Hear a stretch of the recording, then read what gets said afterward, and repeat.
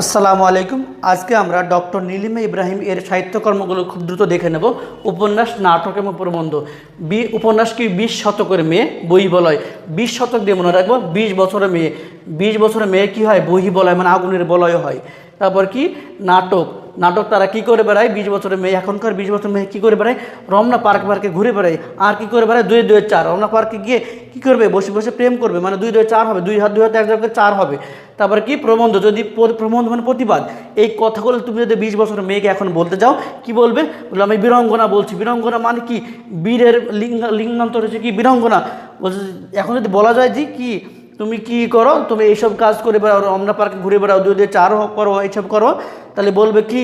যে প্রবন্ধ দিয়ে প্রতিবাদ, মানে ও প্রতিবাদ জানে কেউ, আমি বীরঙ্গনা বলছি, আমার কি প্রতিভা আছে, আমি কি শিক্ষিত মেয়ে, আমার প্রতিভা আছে, আমি বীরঙ্গনা বলছি, এমন কি প্রতিবাদ জানে। প্রবন্ধ থেকে প্রতিবাদ। নাটক কি? নাটক করে বেড়ায় কোথায়?